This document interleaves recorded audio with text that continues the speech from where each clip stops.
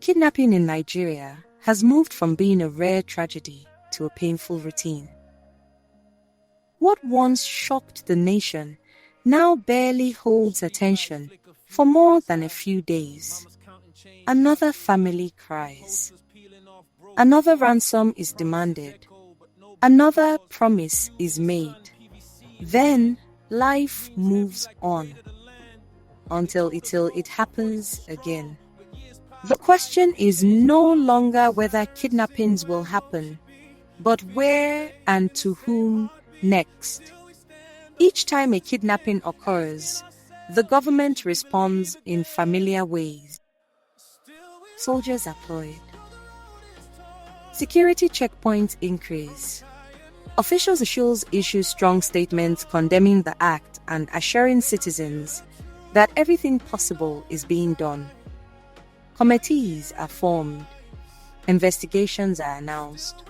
For a moment, it feels like action. But these responses are mostly reactive, not preventive. Security forces often arrive after victims have already been taken. Operations are launched after the damage is done. And while some hostages are rescued, many are released only after negotiations and ransom payments, whether officially acknowledged or not. This cycle keeps repeating, and in doing so, it quietly sends a dangerous message. Kidnapping works. That is the uncomfortable truth many are afraid to say out loud. Kidnapping has survived because it's become profitable. In some regions, it has evolved into an organized industry. Young men with no jobs, no education, and no faith in the future see kidnapping not as a crime, but as a business opportunity.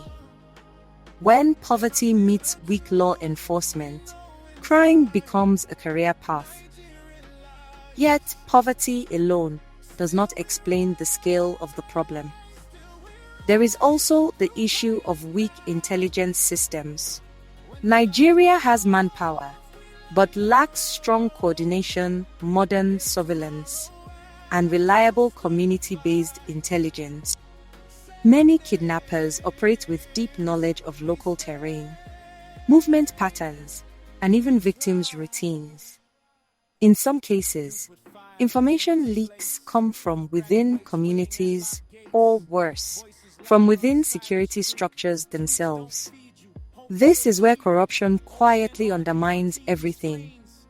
When criminals believe they can bribe their way out, escape punishment, or receive advance warnings, fear disappears. And when fear disappears, crime grows bolder. Long court cases, delayed justice, and selective enforcement only strengthen criminal confidence. The government often speaks about security, but real security is not just about guns and uniforms. It is about trust. Citizens trusting the state can protect them, and criminals fearing real consequences. Amini, else now, but all much for this crisis. Even more painful is that it is not unsolvable. Cities in similar threat have reduced kidnappings through sustained investment in intelligence, economic opportunities for vulnerable populations, and decisive punishment for offenders. But these solutions require long-term political will, transparency, and the courage to confront uncomfortable truth, even when powerful interests are involved. Instead, Nigeria often chooses the easier path: crisis management instead of crisis resolution. As long as kidnappers believe ransoms will be paid, justice will be delayed, and poverty will continue unchecked, the problem will not end. It will only spread to highways, schools, farms, and homes. The danger is not just the kidnappings themselves, but the normalization of them. When a society becomes used to horror, it loses urgency. And when urgency is lost, reform is postponed. This is not just a security failure. It is a leadership challenge. It is a moral test. And every day it remains unresolved.